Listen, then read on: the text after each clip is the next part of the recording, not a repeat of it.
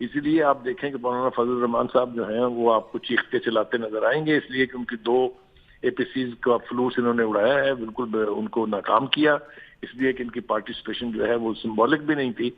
تو جب اپوزیشن کا یہ حال ہوگا تو پھر گھیراؤ تنگ کیسے ہوگا ان کا؟ اپنی جان بچانے کے چکر میں سب لوگ وہ پھر گھیرا کیا تنگ کریں گے؟ مجھے تو یہ سمجھ میں نہیں آتی ہے کہ اپوزیشن کے لیے it is a golden opportunity اس وقت جس طریقے سے PTI کی قیادت پھنسی ہوئی ہے، چاہے وہ کرپشن کے چارجز ہیں، چاہے وہ ایلیگیشنز ہیں، چاہے وہ رپورٹس ہیں، چاہے وہ گورننس کا حوالہ ہے، چاہے وہ معیشت کا حوالہ ہے، اگر اس وقت بھی گھیراؤ نہیں ہو سکتا تو پھر مجھے رحم آ رہا ہے اس ملک کی متحدہ اپوزیشن پر، جو APCs کے اعلان کرتے ہیں تو خود نہیں جاتے ہیں، اجلاس طلب کرتے ہیں تو اس میں خود نہیں جاتے ہیں۔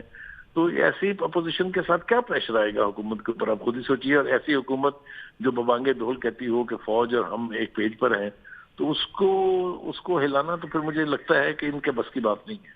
تو بخاری صاحب، آپ مختلف حکومتوں کے ادوار دیکھ چکے ہیں، کافی تجربہ رکھتے ہیں آپ، صحافت کے شعبے میں بھی آپ نے مختلف چیزیں دیکھی ہیں، آپ کیا سمجھتے ہیں مختلف حکومتوں میں اپوزیشن سب سے زیادہ ٹف ٹائم دیتی ہے لیکن یہ حکومت اس حوالے سے کہیں نہ کہیں لکی بھی ہے کہ اپوزیشن اس طرح سے ٹف ٹائم دے نہیں پا رہی، اس کے باوجود یہ پرفارم نہیں کر رہے؟ عمران خان صاحب نے آج بھی یہ بات کیا کہ کارکردگی دکھاؤ ورنہ گھر چلے جاؤ۔ آپ کیا سمجھتے ہیں؟ کورونا کا چیلنج بھی سامنے ہے، ابھی اس سے نہیں نمٹا اور اتنے سارے چیلنجز سامنے آ گئے، آپ کیا سمجھتے ہیں حکومت ان تمام تر مشکلات پر، اس دباؤ پر قابو پا سکے گی؟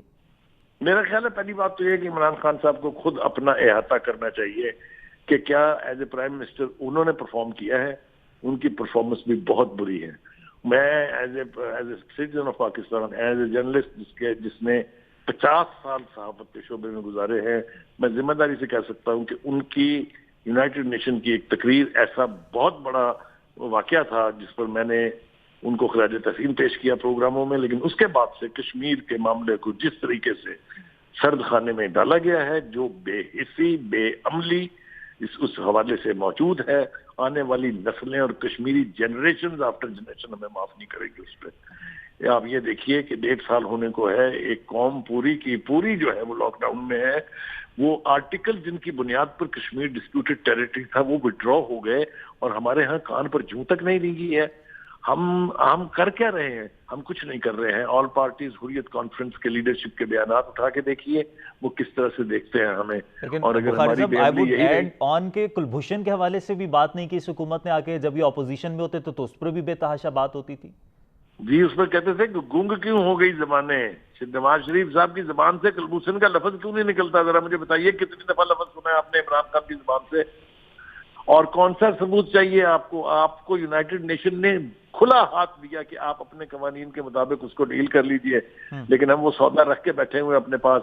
ہمارے جو لوگوں کے اوپر الزام تھا، چاہے وہ ہمارے تھے یا ہم پر تھوپے گئے تھے، چاہے وہ افضل گرو تھے، چاہے وہ یاسین بٹ تھے، چاہے وہ یا وہ اجمل قصاب تھے، ان کو انہوں نے کتنی دیر لگائی پھانسی دیتے ہوئے، حتیٰ کہ ان کی لاشیں تک نہیں دی، اور ہم یہاں پال رہے ہیں ان کو، ملاقاتیں کروا رہے ہیں ان کی۔ یہ تو ایک ایسا نزعی مسئلہ ہے، اس پر آپ مجھ سے زیادہ کچھ پوچھیں گے تو شاید میری زبان سے بہت کچھ بخاری نکل جائے۔ صاحب، اس وقت کہا جاتا تھا جی ملک کا وزیر خارجہ ہی نہیں ہے، بیرونی محاذ پر آپ کس طرح سے لڑیں گے؟ اب وزارت خارجہ کا رول آپ کس طرح سے دیکھ رہے ہیں؟ لگتا ہے کہ سیاسی طرف جو ہے، سیاست کی طرف زیادہ رجحان ہے؟ میرے خیال سے ایک تو یہ آپ کی بات درست ہے، اس لیے کہ سب سے پہلے تو وہ چیف منسٹر بننے کے پنجاب کے امیدوار تھے، پھر اس کے بعد وہ وہاں بزدار صاحب کے خلاف سازشیں وازشیں بھی کرتے رہتے ہیں، سپورٹ کرتے ہیں اس کو، لیکن as a foreign minister he is an utter failure, an absolute failure, اس لیے کہ وہ کوئی ایسی بات اپنی زبان سے ادا کرنا نہیں چاہتے جن سے ان کے امریکی آقا جو ہیں وہ کسی صورت ناراض ہو جائیں۔ میں آپ کو بے پناہ اس کی مثالیں دے سکتا ہوں، اسی لیے ان کی زبان گنگ ہے ہندوستان جو کچھ کر رہا ہے کشمیر کے بارے میں۔ کتنے بیانات آپ نے سنے؟ مجھے یاد کر کے بتائیے جب کوئی ایسا سٹانس انہوں نے لیا ہو جس میں بھارت کو دھمکی دی گئی ہو، بھارت کو کہا گیا ہو کہ آپ باز رہیں ورنہ ہم یہ کریں گے۔ ہم تو چپ کر کے صورتحال کو برداشت، نہ صرف برداشت کیے ہوئے ہیں، خاموشی، ہم نے مجرمانہ خاموشی اختیار کی ہوئی ہے اس کے اوپر۔ مجھے ایک پروگرام میں PTI کے ایک لیڈر نے کہا کہ دیکھیے سیکورٹی کونسل کا ممبر ہندوستان پہلے بھی تو منتخب ہوتا تھا، اور اس دفعہ ہو گیا تو ہمارے اوپر اتنا ملبہ ڈالا جا رہا ہے۔ میں آپ کو اس کا جواب پیش کرتا ہوں۔ جب پہلے وہ الیکٹ ہوتے تھے سیکورٹی کونسل کے ممبر، نہ آرٹیکل 370 ریووک ہوا تھا، نہ آرٹیکل 15A ریووک ہوا تھا، نہ کشمیری قوم لاک ڈاؤن میں تھی۔ ڈوب مرنا چاہیے یہ موقف اختیار کرتے ہوئے، ان کے ساتھ کوئی ایکویشن نہیں ہے اس وقت جو کچھ ہندوستان کشمیریوں کے ساتھ کر رہا ہے. میں ایمانداری سے یہ سمجھتا ہوں کہ یہ جرم ہمارا کشمیریوں نے کبھی معاف نہیں کرنا اگر ہم نے یہی رویہ جاری رکھا. ٹھیک ہے بخاری، ویری کوئکلی میرا آخری پوائنٹ، میں کراچی کی سیاست کے حوالے سے بھی آپ کی رائے لینا چاہوں گا. عزیر بلوچ کے حوالے سے جے آئی ٹی رپورٹ منظر عام پر آئی ہے، حبیب جان کی جو انکشافات سامنے آ رہے ہیں. ابھی اپوزیشن کی بھی ہم بات کر رہے تھے کہ متحد نہیں ہے. پاکستان پیپلز پارٹی کی ساکھ کو کتنا نقصان پہنچے گا اس سے، اور کراچی کی سیاست کو آپ کس طرح سے اب دیکھ رہے ہیں اس کے بعد؟ دیکھیے میں اس حوالے سے بہت زیادہ آگے جانا نہیں چاہتا ہوں، لیکن میں صرف آپ سے یہ سوال ضرور پوچھوں گا کہ مجھے یہ بتائیے کہ ایم کیو ایم کی تخلیق یا تشکیل کیسے ہوئی تھی؟